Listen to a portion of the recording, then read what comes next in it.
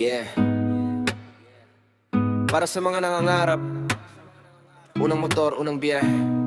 Ride safe palagi! Dati naglalakad, ngayon may sariling gulong. Pinaghirapan bawat piso, pawis ang puhunan doon. Hindi lang forma, dapat practical din. Tipid sa gas, matibay pa sa daan kahit alin. Maraming gusto ng mabilis, puro yabang ang bigbit. Pero tunay na rider, disiplina ang kapit.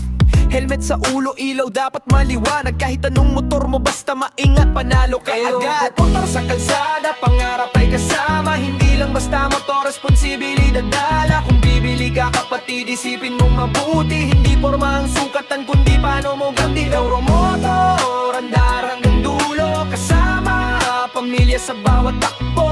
Ride safe palagi, yan ang bilin. Mas masarap bumiyahe kung ligtas kang uuwi rin.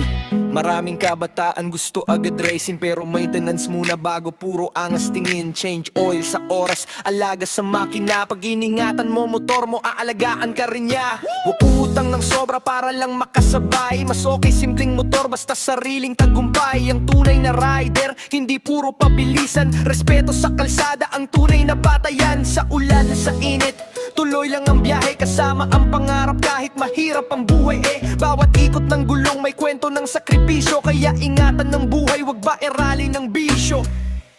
Euromotor sa kalsada, pangarap ay kasama. Hindi lang basta motor, responsibilidad dala. Kung bibili ka kapatid, isipin mong mabuti. Hindi porma ang sukatan, kundi paano mo gamit. Euromotor, andar hanggang dulo. Kasama, pamilya sa bawat takbo. Ride safe palagi, yan ang bilin. Mas masarap bumiyahe kung ligtas kang uuwi rin. Euromotor sa kalsada, pangarap ay kasama. Hindi lang basta motor, responsibilidad dala. Kung bibili ka kapatid, isipin mong mabuti. Hindi porma ang sukatan, kundi paano mo gamit. Euromotor, andar hanggang dulo. Kasama, pamilya sa bawat takbo.